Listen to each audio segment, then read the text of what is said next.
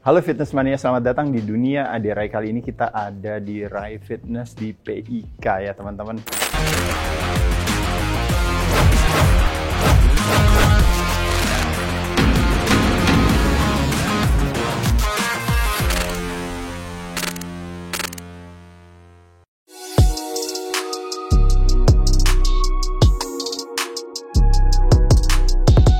Hari ini saya akan membahas tentang yang disebut Priority Training Principle. Prinsip memprioritaskan latihan kita. Jadi artinya apa? Yang kita prioritaskan sesuai dengan kebutuhan kita masing-masing. Jadi kalau misalnya kita mau memprioritaskan weak point kita, misalnya bagian daripada otot tubuh kita yang kita anggap lacking, yang kurang, pada saat itulah kita dahulukan di depan. Nah, itu yang disebutnya memprioritaskan. Jadi, itu bisa dilakukan. Atau kebalikannya, saya ingin punya satu program yang namanya muscle building programnya. Jadi, saya akan memprioritaskan jenis latihan yang memungkinkan saya mengangkat beban paling berat. Saya utamakan di duluan pada saat dimana energi level saya paling tinggi. Nah, itu juga disebut yang namanya Priority Training Principle. Nah, kali ini di sini saya hanya sekedar share aja ya sama teman-teman. Teman-teman, ini lebih kepada liputan ya. Jadi pada saat saya ngangkat, teman-teman nanti kan nggak bisa saya sambil ngangkat sambil cerita sama teman-teman. Jadi saya latihan aja, teman-teman ikutan aja ya sama saya. Jadi saya akan memilih jenis-jenis latihan di sini. Saya tentukan untuk semua. Jadi program saya hari ini yaitu adalah total body workout. Jadi total body workout artinya saya akan pilih otot-otot utama saya. Ada chest, ada arms, ada back, ada legs, ada shoulders misalnya. Saya akan pilih satu jenis latihan untuk masing-masing otot saya, dan saya akan memilih jenis latihan yang memungkinkan saya mengangkat beban paling berat. Itu yang saya pakai. Saya lakukan biasanya kurang lebih sekitar 3 set. Kelar ntar saya pindah lagi, kelar nanti saya pindah lagi. Kurang lebih itu ya teman-teman ya. Tapi paling tidak di dunia dari kali ini saya akan bahas lebih kepada kayak teman-teman biar ada gambaran aja ya. Nanti kalau tipsnya ntar kita pada saat kembali ke papan tulis baru nanti kita bahas ya. Jadi back saya di sini biasanya saya lakukan kadang-kadang bisa wide grip, kadang-kadang bisa close grip juga. Ini namanya overhand, ini namanya underhand. Jadi bebas aja ya teman-teman ya. Tapi untuk sekarang hari ini saya coba ngangkat beban yang berat, langsung fokus ke back. Jadi 1, 2, 3 set, habis itu selesai, saya kelar, selesai, udah. Oke.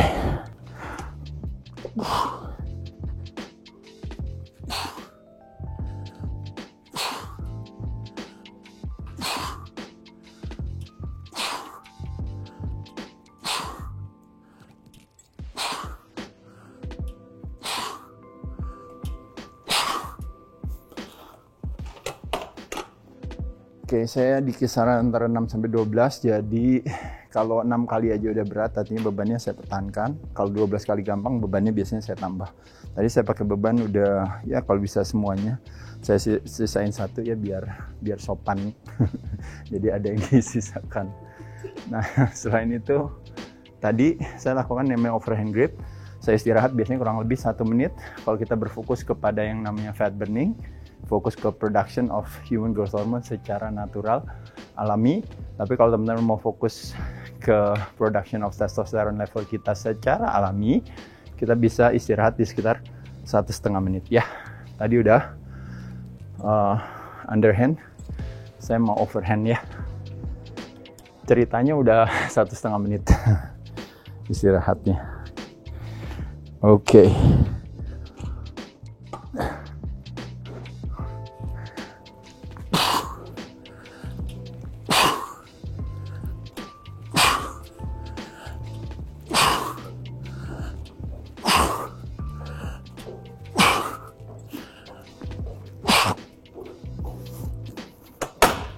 Oke, tadi udah underhand, udah overhand, back. Saya lakuin kadang-kadang 2 set atau 3 set. Jadi back udah cukup. Pendekatan back bisa dengan pulling, pendekatannya juga bisa dengan rowing ya. Kalau teman-teman mau menggunakan ini, contohnya misalnya ya. Tapi karena hari ini saya harus lakukan semua latihan dalam satu video, jadi paling nggak hanya sekedar gambaran aja ya. Teman-teman gerakannya sebagai berikut. Ambil,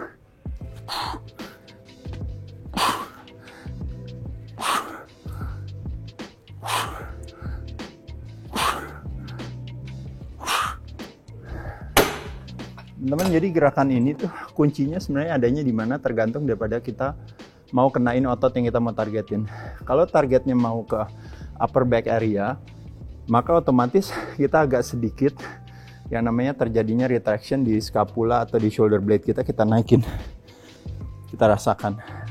Tapi kalau mau fokusnya ke lats, terjadi yang namanya shoulder depression, turun bahunya, dorong, jadi kenanya nanti ke lats. Nah, kalau saya lebih banyak tadi ambil, turunin ke bawah baru tarik tangannya.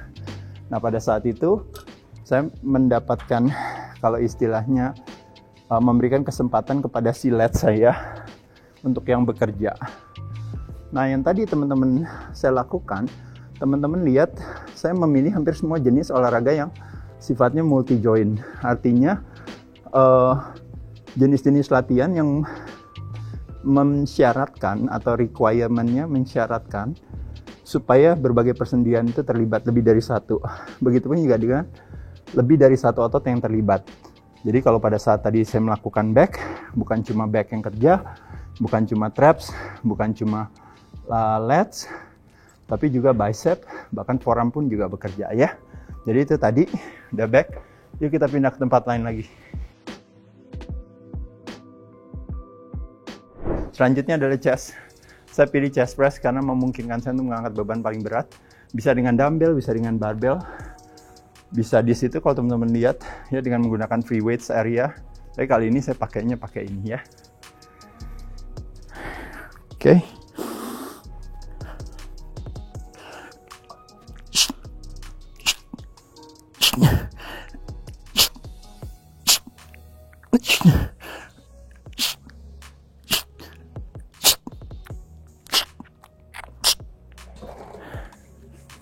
Oke, kurang lebih kayak gitu. Saya lakukan ini 3 set juga.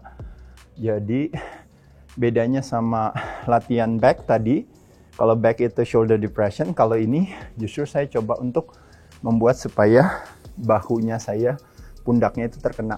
Jadi saya kunci, baru saya dorong. Pada saat itu yang kena adalah si chestnya itu sendiri ya. Dengan saya kunci, pada saat itu chestnya kerja.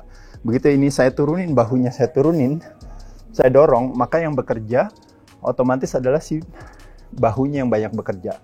Teman-teman tahu ya, kalau latihan chest yang kena ada 3, jadi sama juga, jadi multi muscles, multi joints juga ya. Jadi ada bahu, ada keterlibatan siku ya gitu ya, ada keterlibatan dada, ada keterlibatan triceps juga ya. Nah, jadi kurang lebih itu. Saya lakukan 1 set lagi biar sekalian saya nggak merugi, jadi sekaligus mengedukasi, sekaligus saya dapat latihan juga, lumayan juga ya. Oke, baik.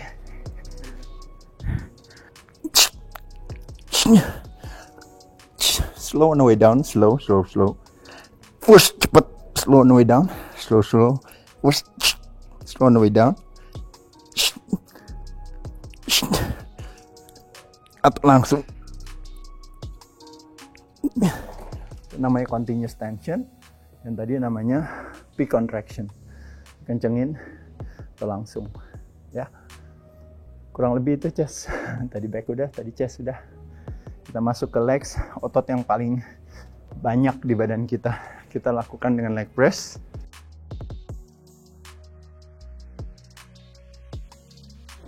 Teman-teman bisa lakukan di squats di sana, free weights. Teman-teman bisa lakukan di Smith machine di sana. Teman-teman juga bisa lakukan dengan leg press. Ini adalah 3 jenis latihan yang memungkinkan kita untuk bisa mengangkat beban paling berat ya. Adapun gerakannya adalah sebagai berikut. Ini gerakannya basic ya teman-teman sekalian. Pahanya kita tekan ke bawah. Pinggang tegap ya. Tangan pegang di sini. Ya. Nah, baru kita melakukan aktivitasnya namanya leg press. Mendorong sebenarnya ke depan ya. Gerakannya adalah sebagai berikut.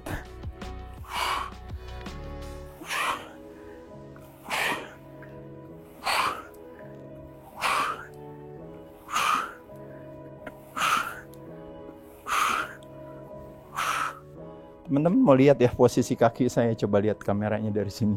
Kalau seandainya saya tadi posisinya seperti ini, agak sedikit dari normal, saya masukin dikit. Nah, kenanya di paha bagian luar. Kalau seandainya saya mau buka ke sini, boleh gak? Nggak ada masalah, kenanya paha bagian dalamnya. Gerakannya juga sama, teman-teman lihat.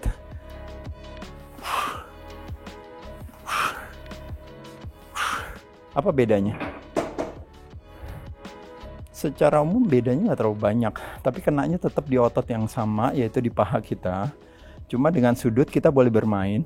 Yang utama kuncinya adalah posisi si ujung kaki sama posisi si lutut kita selalu dia, kalau istilahnya itu segaris. Ya, jadi kalau kita mau lebar, dia ikut sama sesuai. Kalau kita mau sempit, dia ikut sama sesuai lurus. Kita mau lebar, dia ikut lebar. Saya mau lebar sekali kayak gini misalnya, saya bilang saya mau fokus ke kenanya di inner thighs kita, juga boleh juga, nggak ada masalah. Yang penting lututnya sejajar sama si ujung kaki di sana, ya. Nah, kadang sering saya lakukan gerakannya, kalau teman-teman tahu, yaitu adalah dengan hanya melakukan satu kaki. Pada saat saya turunkan satu di bawah, satu di atas kakinya, maka stres di pinggang saya menjadi lebih kecil, kalau teman-teman tahu, ya. Jadi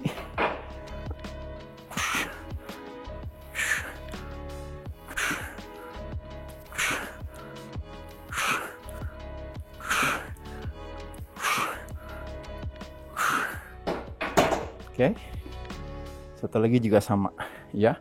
Pada saat melakukan leg press, kalau bebannya udah berat, kita fokusnya kepada mengayuhkan kaki kita. Bukan membayangkan mendorong kaki kita ke depan, tapi mengayuhkan paha kita, ya, teman-teman, ya. Jadi gerakannya sama juga. Pakai satu kaki. Posisinya teman-teman lihat kakinya di sini, lihat kameranya, ya. Bisa, boleh gak seandainya saya mau taruh di sini kaki saya? Jadi agak sedikit lebar, boleh aja. Saya mau taruh sini juga boleh. Tergantung teman-teman mau prefer kemana. Begitu kakinya miring keluar, maka kenanya ke dalam pahanya. Begitu kita miring ke dalam, maka kenanya pahanya keluar.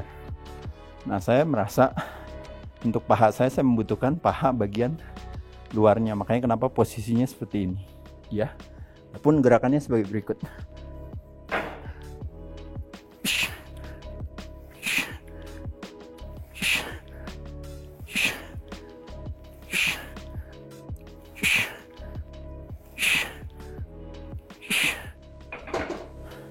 Pada saat di ujung gerakan, puncak gerakan, jangan dikunci, jangan ditahan, nih teman-teman, jangan tahan di sini, tapi slightly bend, sedikit di sini. Jadi nahannya dengan si pahanya, jangan ditahan dengan si lututnya sehingga stresnya terlalu banyak di persendian, bukan hal yang bijaksana. Jadi tahannya di ototnya sendiri, paham ya teman-teman? Saya lakukan ini kurang lebih biasanya 3-5 set karena otot paha banyak dan bebannya bisa bervariatif. Kadang saya satu kaki, terakhirnya baru tutup sama langsung 2 kaki sebagai penutupnya. Kadang kakinya saya rapat, kadang kakinya saya buka.